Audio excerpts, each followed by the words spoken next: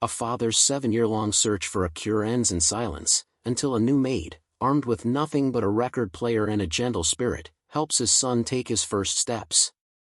7 years, no steps, no words.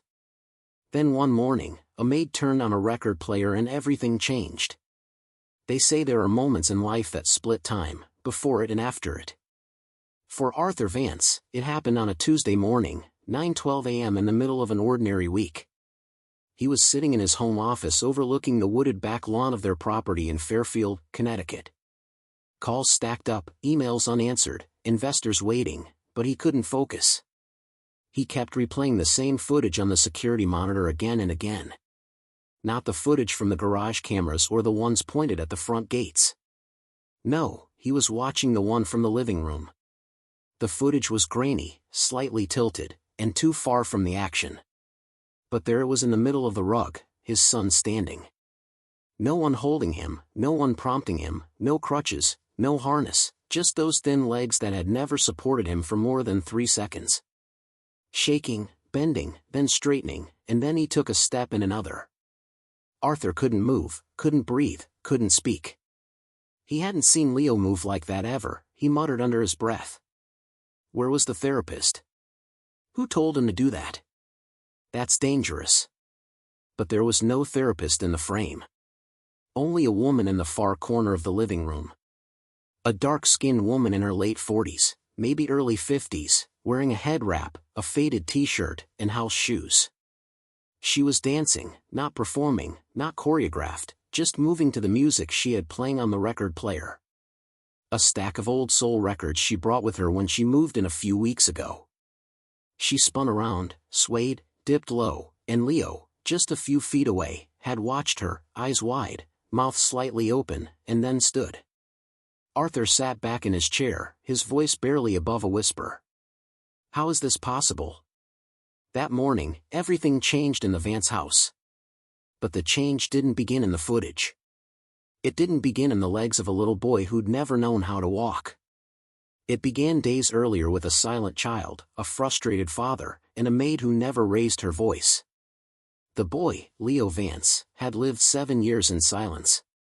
Not completely mute, no, but quiet in a way that unsettled adults and confused his peers. He never laughed, not loud, anyway. He never screamed, even during physical therapy. He didn't cry when he fell out of his chair last summer and split his lip open. Instead, he stared. Always watching, always listening, always still. Dozens of therapists tried to connect with him. Specialists came in with toy boxes, hand puppets, and brain scans. Nothing stuck. Arthur wrote checks so large they didn't even bother to invoice him anymore. Still, the boy stayed in the chair. His mother, she hadn't been around in years. She left when Leo was 2, unable to accept what the doctors had said, that her son would likely spend the rest of his life with limited mobility, no independent walking, and even less emotional expression. She left, and Arthur buried himself in work until the work started to feel like noise, too. The only person who stayed was Betty, the housekeeper. But even she eventually said she was too old to keep up with everything. That's when she recommended someone. A woman she said was different. Not a nurse, not a nanny, just a woman who'd been through some things and knew how to keep a house in order. Her name's Clara Jones, Betty had told him. She's not fancy, but she's got heart. Arthur didn't care about heart. He needed someone who could follow rules, keep a schedule, keep the place clean, and not make things worse. Still, he nodded. A week later, Clara showed up with a suitcase full of second-hand clothes, a crate of vinyl records, and a photo of 2 boys in a plastic frame. Leo didn't say a word to her when she arrived. She didn't say much either. Just looked at him, smiled gently, and said, "You don't have to talk to me, baby. I'll just talk to you." And she did. Every morning, every afternoon, and into the quiet of the evenings, Clara filled the air with her stories. Stories of Macon, Georgia, of raising 2 boys without a husband, of working double shifts at the diner, of scraping by, and of singing. Always singing, not loud, not pushy, just there, just consistent. Arthur barely noticed until that morning when Leo stood. But what Arthur didn't know yet was that Leo hadn't just stood because Clara danced. Something much deeper had happened in the days before. The first thing Clara noticed about Leo wasn't his wheelchair. It was his eyes. She called them old man eyes. Not in a cruel way, but in the way Southern folks say when a child seems to carry something heavy before his time. There was something behind his stare. Not blank, not empty, just held back, like he was waiting on the world to show him a reason to care. He watched everything, everyone. He noticed when Clara moved the cereal from the second shelf to the first. He noticed when she folded the towels differently from Betty. He noticed the way she hummed low while she cooked. He never said a word, but she saw it. His head would tilt ever so slightly when she walked by, always watching. It didn't bother Clara. In fact, it reminded her of her youngest son, Samuel. Samuel used to sit quiet just like that, she said one morning while cracking eggs into the skillet. Didn't speak till he was 4. Would just sit there with his big ears and wide eyes, taking it all in like he was grading the world. Leo blinked but said nothing. She smiled to herself. Of course, once he started talking, he didn't stop. Used to wake up just to tell me dreams he had. One time he dreamt our dog robbed a bank with a popsicle stick. I told him, boy, that's the dumbest thing I ever heard. From the hallway, Leo let out a small breath. It might have been a laugh. Maybe. Clara didn't push it. Instead, she kept talking to the boy like he talked back. She talked while she dusted, while she scrubbed the baseboards, while she ran her mop in long, slow swipes like she was painting the floor. She told him about the time Samuel tried to fry bacon with the iron, about the summer the AC broke and they slept with wet towels on their backs just to cool off, about her mama's peach cobbler and how she could never get it quite right. You know what I learned, she said one afternoon as she peeled sweet potatoes at the sink. People act like talking is the same as connecting, but most times it ain't. Some folks talk just to fill up space, but you. She looked over her shoulder toward the boy sitting in the entryway. You listen. I can feel it. Leo didn't look away, just nodded barely. Clara smiled, her eyes misty. That nod meant more to her than any full sentence ever could. The days rolled by, slow but steady. Clara started putting on her music when she cleaned. Real records, scratched and worn. She'd bring out the old Crosby she kept in her room and let it play in the mornings. Sometimes Sam Cooke, sometimes Aretha, sometimes the staple singers. She didn't play them loud, just enough to hear the lyrics fill the room like warm butter. Leo would sit by the door, not in the way, not asking for anything, just there, watching her move as she wiped windows, sang off-key, and danced around the coffee table with a rag in one hand. One day, she looked up and caught him tapping his fingers on the side of his chair, barely moving, but there it was, a beat. Boy, she said. You got rhythm in there, don't you? He froze, looked up, eyes wide like he'd been caught stealing. She didn't laugh, didn't make a fuss, just said, that's good. That's real good. The next day, she left the living room door open a little wider, turned the record up just a notch louder. And when she danced a little slower, like she was waiting for someone to follow her steps. He didn't, not yet. But he watched. Meanwhile, Arthur barely noticed the shift happening in his home. He'd grown used to silence, trained himself to ignore the echoes of a house that had grown too large for its family. Clara was just background noise as far as he was concerned. A cheaper solution to a problem that didn't have one. Is she doing what I asked? He asked his assistant, Brenda, one day over the phone. She's on schedule. Meals are on time. House is spotless. And Leo seems calmer. Good. Keep her on for now. He didn't ask how she was doing it. He didn't care. But Leo did. Because every word, every story, every off-key note that floated from Clara's mouth planted something deep in the boy's chest. Not hope, not yet. Something quieter, familiarity. The feeling that someone saw him and wasn't afraid. But familiarity can turn into something else fast. especially when the right song hits at just the right moment. Clara Jones didn't grow up planning to be anybody's housemaid. She wanted to be a school teacher, a first-grade teacher to be exact. Kids that age still believe in magic, she once said, and they still think grown folks know everything. But life didn't go as planned. Nothing ever did after the car accident. It was 2007. Her husband, Martin, was driving her and the boys home from church on a rainy Sunday in Bibb County, Georgia. A delivery truck ran a red light at Ponce Avenue and crushed their old Honda Civic on the passenger side. Martin died on impact. Clara woke up 3 days later in a hospital bed with a bruised rib, a dislocated shoulder, and a 4-year-old who wouldn't speak anymore. That 4-year-old was Samuel. Her other son, Michael, had been in the back seat and made it out without a scratch physically. Emotionally, though, different story. Clara had to rebuild her life from scratch. She moved in with her sister for a while, took jobs nobody else wanted, dishwasher, motel laundry, even a part-time janitor at the courthouse. She never complained. But what she did do every single day without fail was talk to her boys. Even when Samuel didn't talk back, even when Michael started skipping school and rolling his eyes at everything she said, she kept talking and singing and loving them loudly and patiently. "I know what silence feels like," she told Leo one day while she dusted the banister. "But I also know silence ain't the end of the story. Not if somebody still talks to you like you're in the middle of it." So when Clara came to work at the Vance estate, she didn't bring a degree. She didn't bring a polished resume or a certification in early childhood development. She brought what she knew, that even the quietest children are listening, that people heal when they feel seen, and that sometimes the most powerful medicine is consistency. Clara's first few days in Connecticut felt like being dropped on a different planet. Big white house, gravel driveway longer than the street she grew up on, doors that opened with fingerprints, a fridge that talked. She'd walked through the kitchen her first night and whispered, "This place got more buttons than a space shuttle." Still, she never let it shake her. She found her rhythm quickly.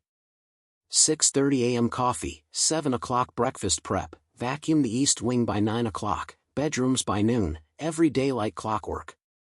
But what she paid most attention to was Leo.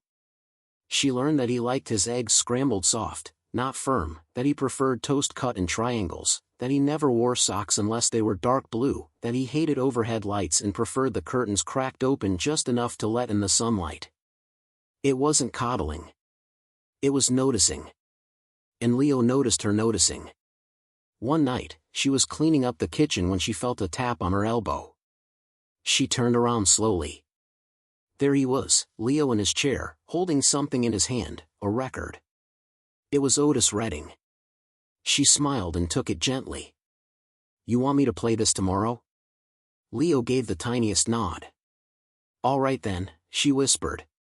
"We'll give Mr. Otis a spin." The next morning, as promised, Clara placed the record on the player. The soft, gravelly voice of Otis filled the room. Clara, wearing her house slippers and an old apron, began to sway. She didn't look at Leo, not right away. She wanted him to feel the freedom without pressure.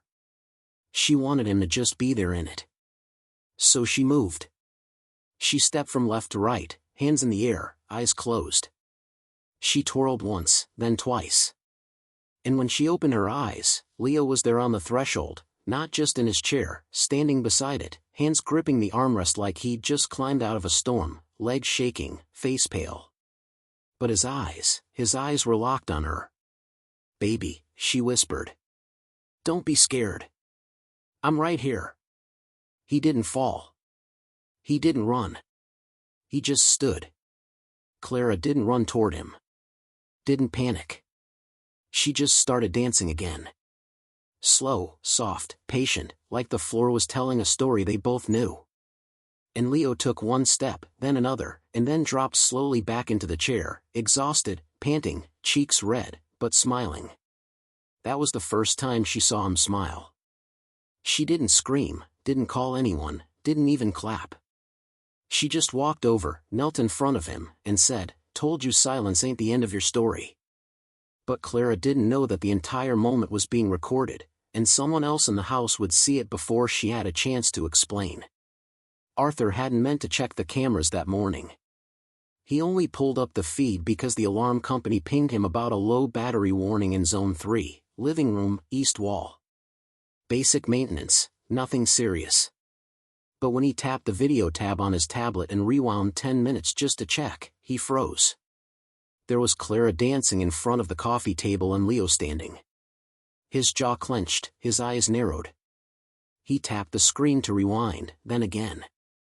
And again, watching it like it might disappear if he blinked too fast. He didn't smile. He didn't cry. He didn't even breathe for a good 10 seconds. He tapped the intercom. "Brenda, my office now." His assistant, barely 3 sips into her tea in the kitchen, hustled upstairs. "What's wrong?" she asked, already bracing herself for bad news. Arthur spun the tablet toward her. "Watch." She did, twice. "Is this recent?" "Timestamp says it's from this morning about 30 minutes ago."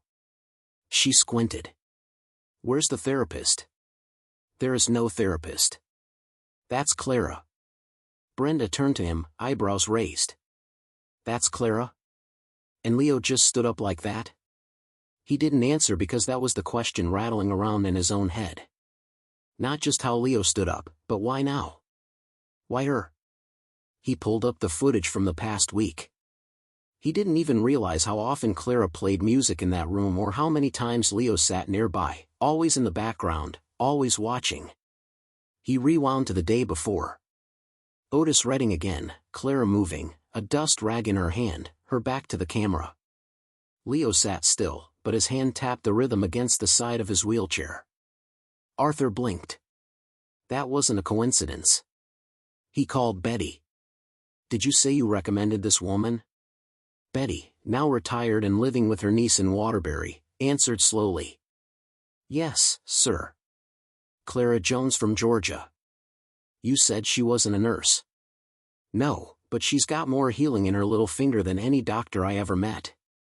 She's doing things with Leo the first haven't seen in 7 years." Betty was quiet for a second, then said, "Some folks carry light with them. They don't need training. They don't need permission. They just walk in the room and something changes." Arthur didn't like that answer. It sounded too much like magic, and he hated anything he couldn't explain. But when he looked at the footage again, at Leo standing on his own, no help, no prompting, it didn't feel like magic. It felt like Clara had seen something no one else had even bothered to look for. Meanwhile, Clara was in the laundry room humming while folding towels. She had no idea she'd just triggered the biggest shift in that house in years. Leo had rolled himself back to the window quietly. He didn't speak. He didn't mention the steps he took. Clara didn't either, but he watched her differently now. Not just with curiosity, with trust. He followed her into the kitchen when she started dinner prep. Rolled slowly behind her like a shadow. She didn't turn around. "You want to help me cook?" she asked. Silence, then a whisper. "Huh. Cut the carrots." She paused, frozen. Slowly turned. He was holding a carrot in one hand and a child-safe knife in the other. She blinked. "You just spoke to me." He looked down, almost like he didn't mean to. She walked over, gently placed her hand on his shoulder, and said, "You want to do the onions, too?" He nodded. Simple, real, quiet. She didn't cry. She didn't call anyone, just passed him the cutting board and said, "Be careful with your fingers, baby. They're the only ones you got." Upstairs, Arthur was still glued to the monitor, watching Clara dance, watching Leo rise, watching the moment the impossible became reality, right under his nose. He tapped the screen, paused it on Leo standing mid-step. He didn't feel joy. Not yet. He felt something he didn't expect, shame. Because this woman, a stranger, had reached his son in 3 weeks in a way no one else had in 7 years. And he didn't even know how. But soon he would, because later that night he decided to confront Clara. And he didn't come with questions. He came with accusations. That evening, Just past 7 p.m., the house felt different. Not because of anything anyone said, but because of what Arthur Vance was planning to say. He waited in the living room, sitting rigid in the same armchair he rarely used, facing the middle of the room like it was a courtroom. He didn't ask Clara to come in.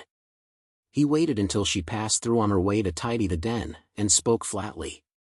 "Clara, sit." She turned slowly, wiped her hands on her apron. He didn't look at her.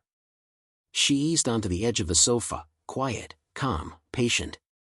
Arthur stayed silent for a few seconds too long. "I saw the footage from this morning," he said finally. "The camera. You and Leo."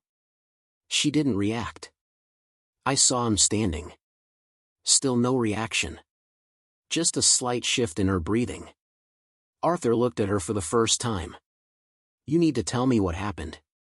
What you did. Did you pull him up? Did you stage that?"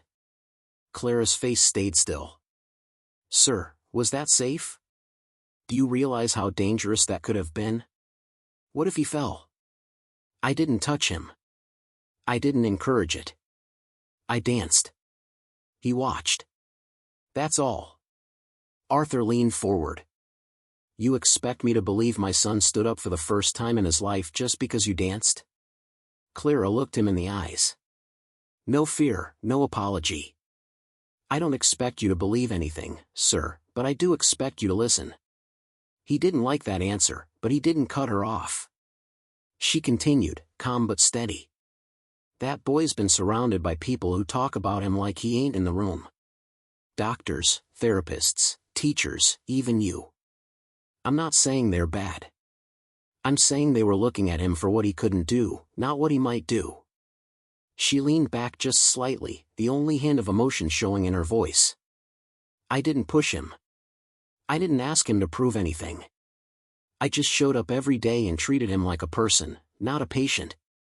Arthur narrowed his eyes. "And you think that's all it took?"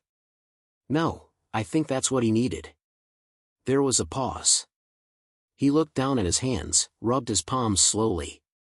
Something in her words got under his skin, not because they were wrong, but because they weren't. She stood up.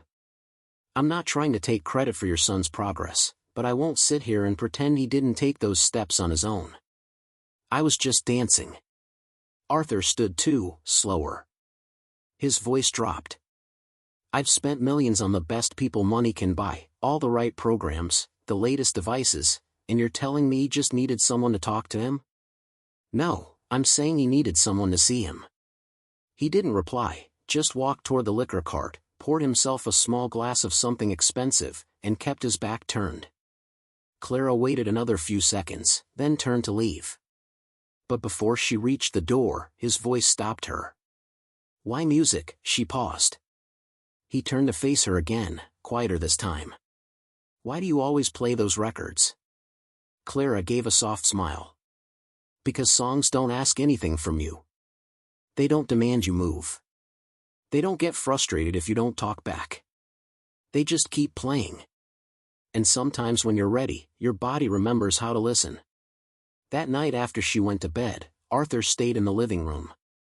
Didn't touch his drink. Didn't check his emails. He just sat. He pulled up the footage one more time, Leo watching, Clara dancing, and then those steps, slow, shaky, but real. Upstairs, Leo couldn't sleep. He stared at the ceiling for a long time, trying to put words to the things he was feeling. He didn't have many, just fragments.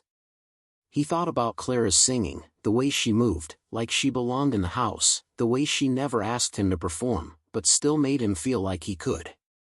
He closed his eyes and whispered to no one in particular, "I'm not scared anymore."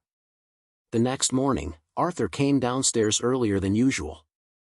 He stepped into the kitchen and saw Clara stirring oatmeal at the stove. Leo sat at the table with a coloring book. "Good morning," Arthur said, his voice rough from the weight of too many thoughts. Clara nodded. "Morning, Mr. Vance." He walked over to the table, looked at the drawing. "Is that a record player?" Leo gave a small smile. Clara spoke without turning. "He said he wants to learn how to use mine." Arthur nodded. Maybe we should get him his own. She turned, surprised. He didn't look at her, just said, if he's going to stand, might as well let him dance, too. But even as peace began to settle, something else was coming. A deeper truth about Clara's past that would shake the house one more time. 2 days later, the footage went public. It wasn't Clara. It wasn't Arthur. It wasn't even Leo. It was Brenda. She didn't mean to cause trouble. At least that's what she told herself. But after seeing the video of Leo standing, raw and untouched, something inside her shifted. She'd followed Arthur for years, watched him chase results and reputation like they were survival. She'd watched Leo grow up without a real childhood. And for once, she thought people deserved to see something good. So, she clipped 30 seconds of the footage, no names, no faces, and shared it on a private Facebook group for parents of children with neurological disorders. She captioned it, "Sometimes something unexpected sparks everything."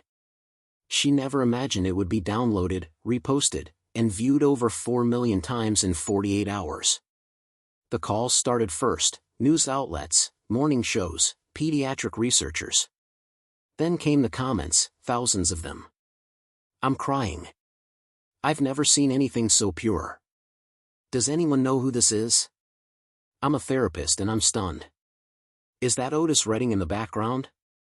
Whoever that woman is, she's an angel. Please, someone help me find her. I want to thank her." Clara found out when she opened her phone and saw a picture of her own back on a news article. Mysterious Maid sparks miracle, boy with neurological disorder takes first steps. She stared at the screen like it belonged to someone else. She'd come to this house to clean floors and warm food, not become a headline. Arthur was livid. Not at Clara, but at the loss of control. He stormed into Brenda's office the moment he saw the article, threw the tablet down on her desk. "You did this?" Brenda tried to explain. "It was meant to inspire. Just the clip, no names. I don't care what you meant. This is my son." She stood her ground. And that woman saved him in a way none of us did. Maybe people need to see what's possible. Arthur shook his head. "This isn't about possibility. It's about privacy." "Then say that," she snapped. "But don't pretend like this is about Leo. This is about you losing control of the story." That hit him harder than he expected because it was true. Downstairs, Clara sat at the kitchen table staring at her phone, tears in her eyes. Not from joy, from fear.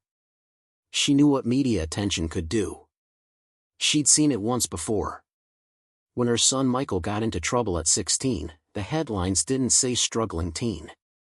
They said black boy from the South with a record. He lost job interviews before he ever got a chance. Samuel stopped talking again after that. Too scared someone would come for him next. That's why Clara kept her head down. That's why she never posted photos of herself. That's why she didn't even tell Arthur about her past. She wasn't hiding. She was surviving. So now with her name floating around online, her stomach turned.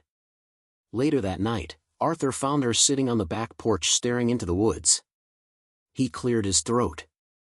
She didn't turn. "I'm sorry this happened," he said. Still, she didn't speak. "I should have protected your privacy. I should have made sure that video never left the house." She looked up at him finally. "I'm not mad it got out." He raised an eyebrow. "I'm mad it happened without anyone asking if I was ready." Arthur nodded slowly, sat beside her. "For what it's worth," he said. "I didn't ask Leo if he was ready either. I just kept trying to fix him like he was a problem." They sat in silence for a long minute. Then she said, "You know, there's a reason your son stood up." Arthur looked at her. "Because you danced?" "No, because he wanted to." She turned to him. "I gave him music. I gave him a beat, but he made the choice. You need to stop giving credit to everything but that boy's heart." The next day, Arthur held a press conference, not as a CEO, but as a father. He stood in front of reporters, cameras flashing. My son stood up not because of some miracle, he said, his voice steady. He stood because someone believed in him, someone patient, someone kind. That person's name is Clara Jones, and she deserves to be known not as a maid, but as a teacher, a healer, and a woman who gave my son back to me. Clara didn't attend the conference. She stayed in the kitchen making grilled cheese for Leo while Sam Cook played on low. Leo looked up and said, "Can we dance after lunch?" She smiled. "You bet we can." But before their lives settled into something new, Clara had one more truth to share, one she hadn't spoken about since the day she buried her husband. It was Sunday, cool breeze, late morning. Clara stood by the flower bed near the back fence, hands in the soil, not gardening, just touching the earth.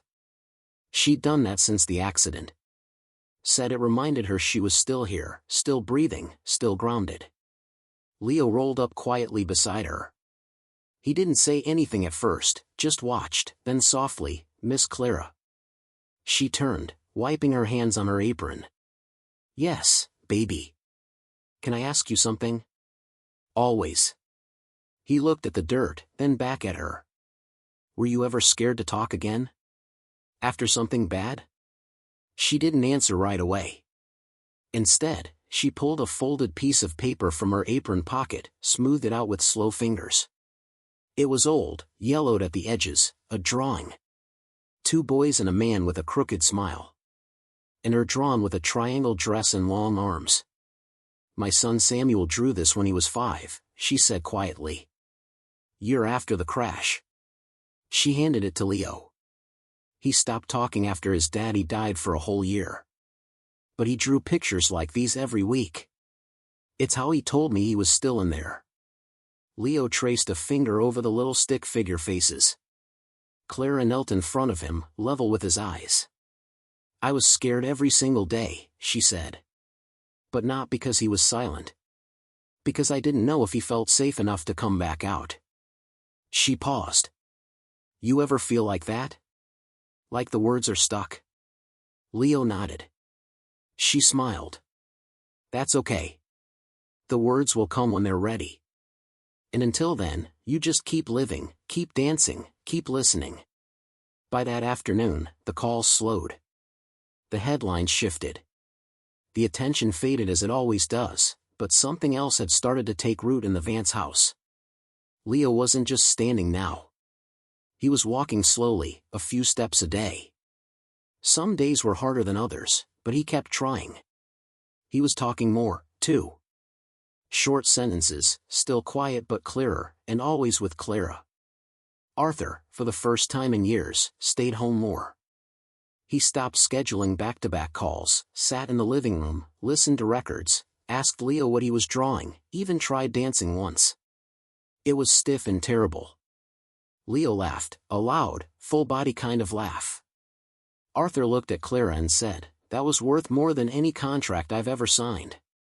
She just nodded and handed him another record. 3 weeks later, Arthur asked Clara to stay on full-time, not as a maid. As Leo's companion, helper, whatever title she wanted. She smiled. "I'll stay," she said, "but no titles, just Clara." One night, after Leo went to sleep, Arthur and Clara sat at the kitchen table with coffee. He looked at her, then asked the question he'd avoided for weeks. "Why did you come all the way up here from Georgia?" She stared into her cup for a long moment, then said, "Because after Samuel passed, I needed to feel like I could still reach somebody." He froze. "Samuel passed?" She nodded slowly. 3 years ago, sudden asthma attack gone before the ambulance got there. Arthur said nothing. What could he say? Clara looked at him gently. "I don't talk about it much. Still hurts too deep. But when Betty called me about this job, said there was a little boy who never smiled, I felt something pull me." Arthur's voice was barely above a whisper. "You saved him." Clara shook her head. "He saved me." That night, Clara stood at the doorway of Leo's room, watched him sleep, his legs curled, his chest rising slow and steady. She whispered, "Thank you, baby, for letting me in," and turned off the light. Sometimes the people we expect the least from are the ones who change everything. This is a story of patience, unconventional healing, and the power of being truly seen. Healing doesn't always come from a clinic or a manual. Sometimes it's a song, a quiet room, a woman with a tired heart, and a boy who was finally ready to stand. If this story resonated with you, share it. You never know who needs to hear it.